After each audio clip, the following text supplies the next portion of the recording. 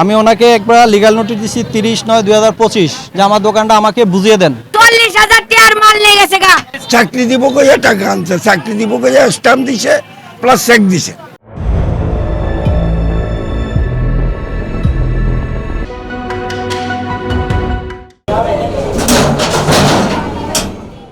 রেলওয়ের ভূমিতে অবৈধভাবে দোকান ঘর নির্মাণ করে 7.5 লক্ষ টাকায় বিক্রি করেছে রেলওয়ে নিরাপত্তা বাহিনীর হাবিলদার রকিবুল হাসান তালুকদার।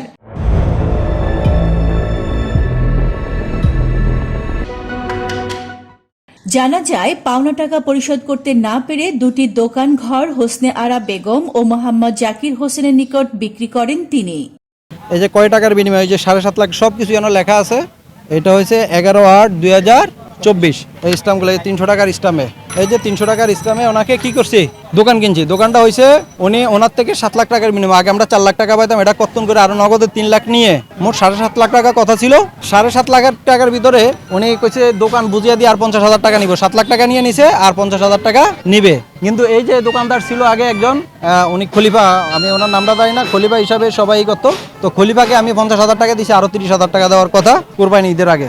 এই যে খলিফার স্ট্যাম্প, ঠিক আছে, এটা হচ্ছে খলিফার স্ট্যাম্প। এই যে খলিফাতে আমার টাকা নিয়ে গেছে, ইয়েনো আছে, হ্যাঁ খলিফা আমার টাকা নিয়ে গেছে। দ্বিতীয়ত হইলো এই যে এই লোককে আমি আমার দোকান বুঝিয়ে দেওয়ার জন্য আমি ওনাকে একবার লিগ্যাল নোটিশ দিছি 30/9/2025 যে আমার দোকানটা আমাকে বুঝিয়ে দেন। ওনাকে দোকান বুঝিয়ে দেওয়ার নোটিশ দেওয়ার পরে উনি আমার দোকানটা বুঝিয়ে দিচ্ছে না। পরবর্তীতে এই যে খলিফা ছিল, খলিফার অসুস্থ ছিল, ওনারা টাকা দিতে পারে না। খলিফা বলতে আমি কাগজ দেখাইছি, খলিফা বলতে ভাই তাহলে আমার অ্যাডভান্সটা দিয়ে দেন, আপনি তো ওদের থেকে, ওরা তো আপনার থেকে আরো 50,000 টাকা পাবে, আমাকে টাকাটা দিয়ে দেন আর 30,000 টাকা আমাকে করবেন এর আগে দিয়ে না, আপনি দোকানটা আমাকে ইয়ে করেন, আমাকে একটু দয়া করেন। দয়ার ভিত্তিতে আমি এই খলিফাকে এই যে স্ট্যাম্পটা, এই যে 200 টাকার একটা স্ট্যাম্প দেখালাম, এই যে স্ট্যাম্পে এই যে উনি আমার থেকে 50,000 টাকা নিয়ে আরো 30,000 টাকা পাবে এখানে লেখা আছে, উনি চলে গেছে, উনি খুব অসুস্থ, এখনো মেডিকেলে আছে। এই যে দুইটা দোকান 7.5 লাখ টাকা, 7.5 লক্ষ টাকা ধরে উনি দোকানগুলো এই করছে, কিন্তু উনি আমার দোকানগুলো বুঝিয়ে দিচ্ছে না। অভিযোগ উঠেছে নগরীর 13 নম্বর পাহাড়তলী ওয়ার্ডস্থ আমবাগান রেলওয়ে কলোনির বাসিন্দা RNB সদস্য হাবিলদার রকিবুল হাসান তালুকদার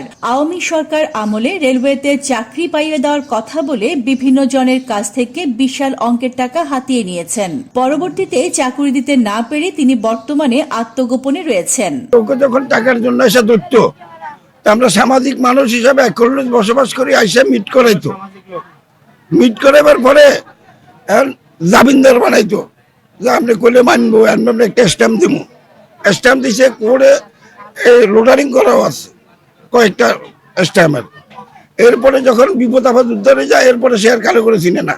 চাকরি দিব কইয়া টাকা আনছে, চাকরি দিব কইয়া স্ট্যাম্প দিছে প্লাস চেক দিছে।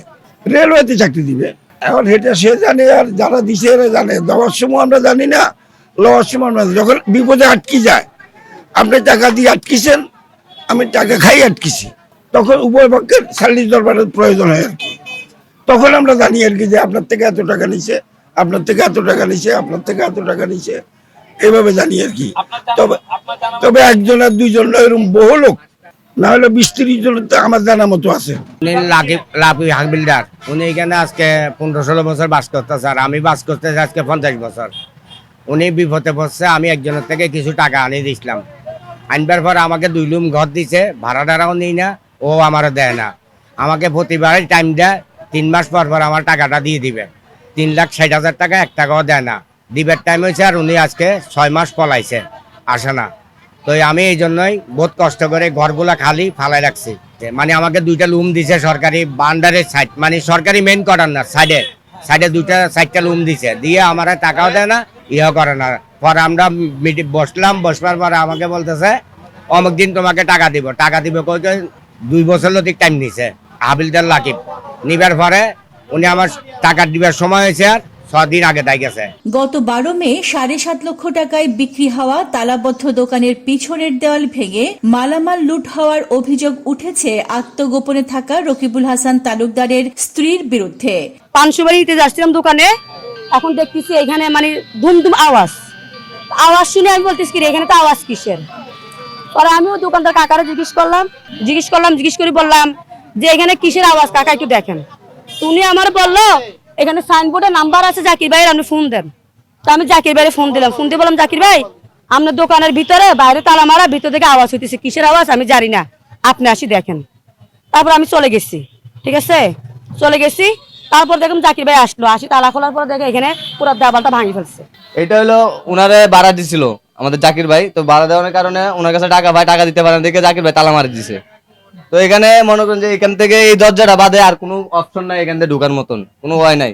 তো উনি কি করছে, আমরা দাওয়াতে ছিল, উনি এখান থেকে ঢুকে গ্রাইন্ডিং মেশিন থেকে কারি ওনার মালামাল বের করে নিছে, কারণ এটা ছাড়া তার কোনো রাস্তা নাই। উনি মালামাল যা ছিল সব নিয়ে গেছে, সব নিয়ে গেছে। ঝাপ ফেলানো ছিল, ভিতর থেকে গেট বন্ধ ছিল, তাহলে বাইরের ডাকাত কি ভিতরে যাবে? ভিতরে ডাকাত ভিতরে রয়েছে, ওর উচিত শিক্ষা দেওয়ার। ও এরকম কতজনের টাকা নিয়ে গেছে, এটা কোনো না। মহিলার মালামাল মহিলাই সরাইছে, গেটটা বাইরে থেকে বন্ধ ছিল, তাহলে ওর ঝাপও বন্ধ ছিল। তাহলে আপনারা কি ভিতর থেকে যাবেন না? ভিতরে এই মানুষ আছে, আমরা সঠিক বিচার ওর ফানা দানা ওরা বুঝাই দিতে বলেন। দুব আওয়াজ হইতেছে, আমি কই কিরে কোন দিকে কোনো গাড়ি করে অ্যাক্সিডেন্ট হয়েছে নাকি এর আওয়াজ কর। তা আমি না দোকানটা নামি আবার ওখানে গেছি, এটা আওয়াজ শুনতেছি ভিতরে। তা আমি কই কিরে কোন ওয়াল ভাঙে। তা আমি আর কিছু বলি না, আমি গেছি আমার বাসায় গেছিলাম, মালামাল তো এখান থেকে কোনো বাইরে নাই। নিয়ে আসি এখানে ঢুকি, গেটটা বন্ধ করি, দুমদুম আওয়াজ হয়। এরপরে একটা বিপ্লব ঢুকে নাই, ভাঙার পরে উনি গেট বন্ধ করি, ওনার গেট পিড়েছে ডাকাত কইয়া। এরপরে টিনের বাড়াগুলো ফিরেছে ডাকাত কইয়া। এরপরে শাটার খুলছে, শাটার খোলার পরে দেখে ওইদিকে হুঙ্গা। ওনার একটা চেয়ার টেবিল ছিল, এগুলো আমরা এই অত্র এলাকার ব্যাগেই দেখছি, অনেক কিছুই নেই। ওনার বিরুদ্ধে সারা বাংলাদেশ অর্থাৎ বিভিন্ন জেলায় ওনার বিরুদ্ধে মামলা আছে। চট্টগ্রাম কোর্টে না হলে 10টা মামলা আছে, সে 2টা মামলায় কনভিক্টেড হয়ে এটা সাজাপ্রাপ্ত হয়ে সে এখন ফেরারির মতো ঘুরতেছে। একজন ক্ষুদ্র রেলের চাকরি করে সে কোটি কোটি টাকার আত্মসাৎ করলো, নাইলে সে এত টাকা কিভাবে মানুষের থেকে। এই যে আমার এক ভদ্রলোক ভাই ছিল, ইহানো ওই যে দোকানদারও তো বললো, দোকানদারও 3 লাখ, ওনার সামনেই তো 3,60,000 টাকা পাবে। একজন রেলের সে একজন হাবিলদার, সে হাবিলদার হয়ে এই যে রেলের অবৈধভাবে তারা যে দখল করতেছে, অথচ সাধারণ পাবলিককে ফাঁসিয়ে দিতেছে। সাধারণ পাবলিক তো করবে, ওদের দেখা দেখি করবে না, করবে। উনি রেলের জায়গাটা দখল করে আমার টাকা দিতে না পাইরা স্ট্যাম্প করে দিছে, এখন দোকানও বুঝিয়ে দেয় নাই, আমার টাকাও দিচ্ছে না। বিচার চাইতেছি আর কি, আমার মূলত আমার টাকাটা চাচ্ছি, আমি আর কিছু চাচ্ছি না, যেহেতু আমার তো ডকুমেন্ট আছে, আমি তো জোর করতেছি না। তবে এই অভিযোগ অস্বীকার করেছেন অভিযুক্ত রকিবুল হাসান তালুকদারের স্ত্রী। আমারে মারছে ওরা, আমি দোকান অবৈধভাবে দখল করছে, আমি বাধা দিছি দেখে ওরা ভাঙ্গে আমার এই মাল নিয়ে গেছে গা সব। আমি ভাঙ্গি ঠাঙ্গি নাই, না মেশিন দেন, ওরা বাইরে ভাঙ্গায় মাল নিয়ে গেছে গা। 40,000 টাকার মাল নিয়ে গেছে গা, আমার 40,000 টাকার মাল নিয়ে গেছে গা। এই গুদাম থেকে দরজাও ভাঙ্গে দিছে, দেখেন না আমার ঘরের মধ্যে দরজাও ভাঙছে। অবৈধভাবে ওরা হাইজাক করছে, আমার বাসার মধ্যে আয়ে হাইজাক করছে, আমি বাধা দিছি দেখে আমারে মারছে। আমার মেডিকেল সার্টিফিকেট আছে, আমি খুলছি ও পুরো কেস দিছি স্যার, আমারে অনেক মার দিছে রাস্তার মধ্যে। কেন আপনাকে মারছে কেন? আমার দোকান দখল করা হইছে, হাইজাক করবার আইছে, দোকানে ভাড়া সাদা চা, দোকান ভাড়া চা, এই ভাড়া দিবি নাকি? আমি এটা নিয়ে বাড়াবাড়ি করছি দেখে আমারে রাস্তার মধ্যে মারছে। জাতীয় জরুরি সেবার মাধ্যমে কল পেয়ে ঘটনাস্থলে খুলশী থানা পুলিশ পৌঁছায়। আইন শৃঙ্খলা পরিস্থিতির অবনতি যাতে না ঘটে সেই বিষয়ে সকলকে সতর্ক থাকার আহ্বান জানায় পুলিশ এবং দোকান লুটের ঘটনায় আইনানুগ ব্যবস্থা নেওয়া হবে বলে জানায় police. Desk news, news day 24।